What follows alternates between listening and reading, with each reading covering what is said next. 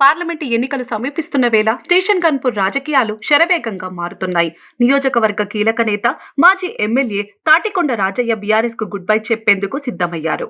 ఈ విషయమై చర్చించేందుకు శుక్రవారం సాయంత్రం సీఎం రేవంత్ రెడ్డిని కలిశారు. హైదరాబాద్ లోని సీఎం నివాసంలో మర్యాదపూర్వకంగా భేటీ అయ్యారు.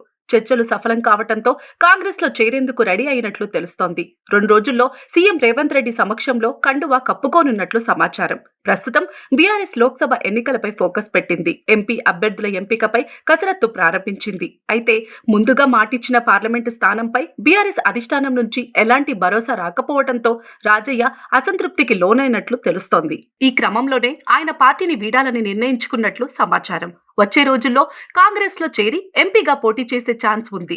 ఇక తెలంగాణ ఏర్పడిన తర్వాత వరుసగా 2 సార్లు అధికారంలోకి వచ్చిన బీఆర్ఎస్ గత అసెంబ్లీ ఎన్నికల్లో విజయం సాధించి హ్యాట్రిక్ కొట్టాలని చూసింది. కానీ ఎన్నికల ఫలితాలు బీఆర్ఎస్ కు ఊహించని షాక్ ఇవ్వడంతో కేవలం ప్రతిపక్షానికి పరిమితమైంది.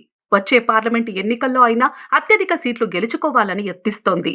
ఇందుకు తగ్గట్లే అధికార కాంగ్రెస్ పై విమర్శలు గుప్పిస్తూ ఓటర్లను తమ వైపు తిప్పుకునే ప్రయత్నం చేస్తోంది.